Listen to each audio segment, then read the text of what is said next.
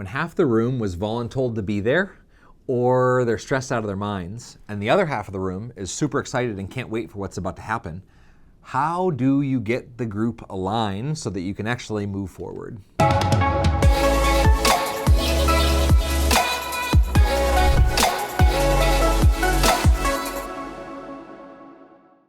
So here's the practical method. Here's like a kind of a cheeky, but you could actually do this depending on your group. You could open up ChatGPT voice chat, and you could say, hey, ChatGPT, I am going to hold my phone around the room and just ask everybody to share their intention for actually being here in the gathering. And what I'd like you to do is take all of those statements and just form one purpose statement, one intent statement for our meeting. Can you do that?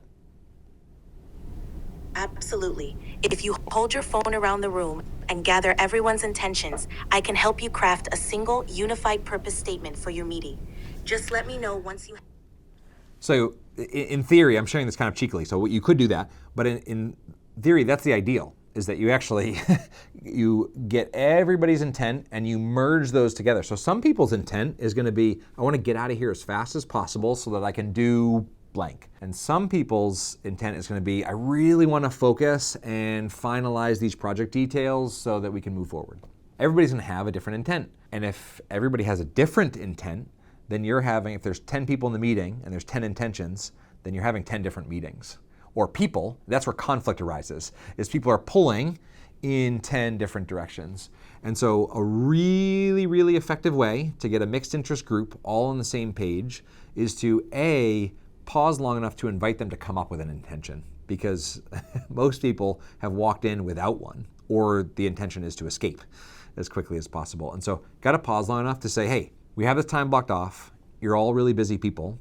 Let's actually attach an intent that would make this time really well spent for you. And can you write down that intention? Or one of the ways I've done it with We Engage cards, like quotes and photo cards that I've made, is choose an image that represents an intent you have for our time together today.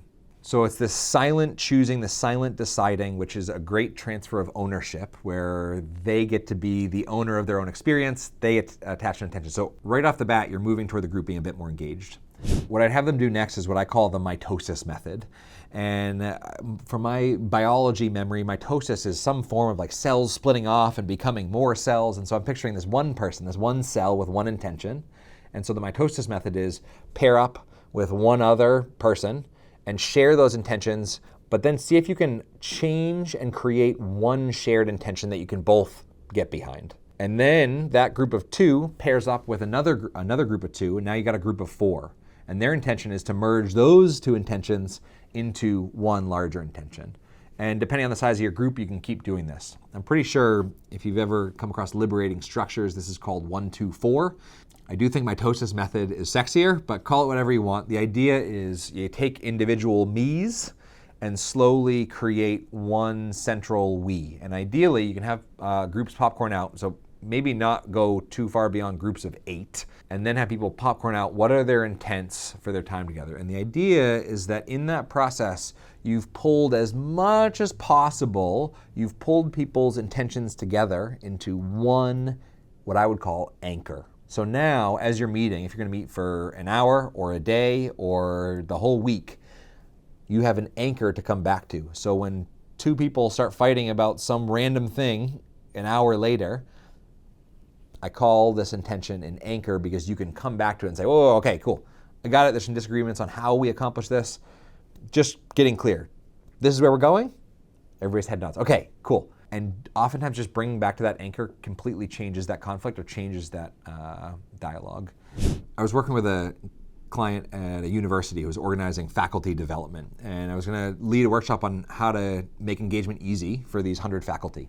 And before I did, I had offered and suggested that I meet with some of the faculty members ahead of time so I can really get into their heads and understand better the struggles that they're experiencing with their students. And so she said, oh, perfect, I have a group, I call them the Coalition of the Willing. I love this phrase. So thank you, Alexis. The coalition of the willing. The idea is she found these early adopters who were the folks that were leaning in, and she recognized their energy is contagious. And so let's involve them so that they can pull others into the mix as well, organically as you go. And so I'm just sharing this idea with you because if you know you've got a group and there's some people that don't want to be there and some people that do want to be there, consider who the coalition of the willing might be. And one really excellent task for them would be to have some one-on-one or small group personalized invitation, conversation time around creating that buy-in for whatever's happening before they even show up. And oftentimes for me, creating the buy-in, it can just be sharing the intent and how it affects the other person. I trust this helps, and if it didn't, I'm happy to refund you what you paid to watch this free video on YouTube. Have an awesome day.